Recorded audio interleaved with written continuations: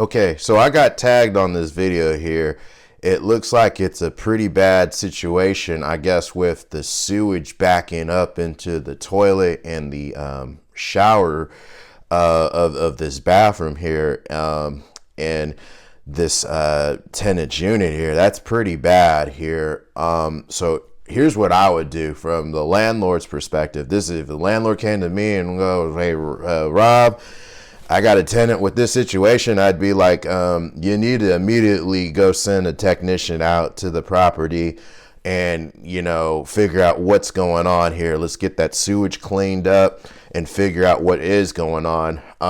From just dealing with sewer laterals and, sewage backing up, there's probably some type of clog in the sewer lateral or something that, like, if you have a very old sewer lateral that's like clay based or cast iron, those things can build up junk during time. I have, even in my own house, it has cast iron. The thing will back up unless you like snake the line like once every couple of years here, if roots get in the line and so forth like that. So here's the deal.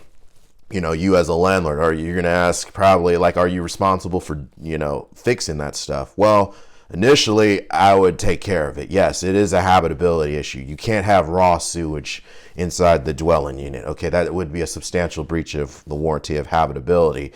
But looks can be deceiving, okay? The question is I'm going to be asking, particularly with my plumber out there, is, okay, what's causing the leak, or not the leak, the backup, basically? Why is sewage going into the unit, basically? Because that's not normal, okay? Boo-boo and stuff shouldn't be coming into my shower stall and back through the toilet. Should be going to the street here.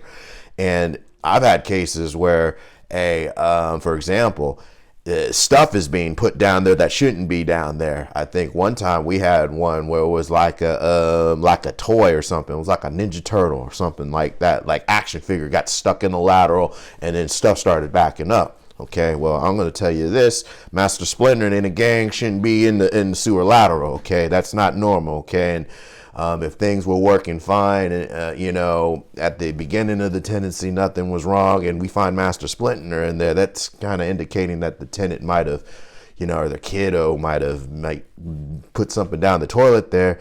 That would, ultimately, if the landlord fixes that, that would be something that could be, reimbursed by the tenant, or, the tenant would have to reimburse the landlord for that repair. That type of deal, because tenant, you gotta use your stuff in a reasonable manner and not throw stuff down the toilet that shouldn't be down there. Another common thing would be like feminine products. Okay, I see a lot of landlords, they put in their contracts like certain things can't be flushed down the toilet. It's a good idea to outline that, because some people don't know that stuff can cause a backup and so forth. Where it gets tricky is you have an older house, right? Your lateral just may have failed. It may the clay might have collapsed, or there's just stuff in there that's like corroding over time. Well, that's going to be more on the landlord. That's like going to be like a capital improvement that's going to have to get fixed and so forth. And that is not your tenant's fault. Trickier situations, and this is kind of where my condos, common shared line type situations are. You're in a condominium complex, right? And it might be an older complex where, hey, back in the day, they converted, it used to be like military housing. We got one condo out here in Vallejo that's notorious for that. It was old military housing, and back in the day, the government just put one lateral for like 5 units all in one, efficiency, right? And then they converted those to condos, right? The problem with that type of situation is you might have your neighbor next door might have like flushed something down the toilet and it's backing up the line on the other 3 houses here. And ultimately, as a landlord, if you have a condo and the HOA or whoever, they might be responsible for the plumbing. Ultimately, it falls on your shoulders, landlord, because guess what? It's your unit, you rented it out, you got responsibilities to make sure stuff works right. So a lot of places like that kind of throws a complication in the mix. And you know, so your mileage may vary there. So yeah, pretty disgusting situation. Ultimately, you're going to have to fix it. That's just the law. So, you know, the pictures and videos can be deceiving. More information is going to be needed at this point to figure out what's causing that leak. You know, or that sewage backup, basically. If there's any misuse from the tenant, obviously the landlord can seek reimbursement, but I would fix it and deal with it at that point.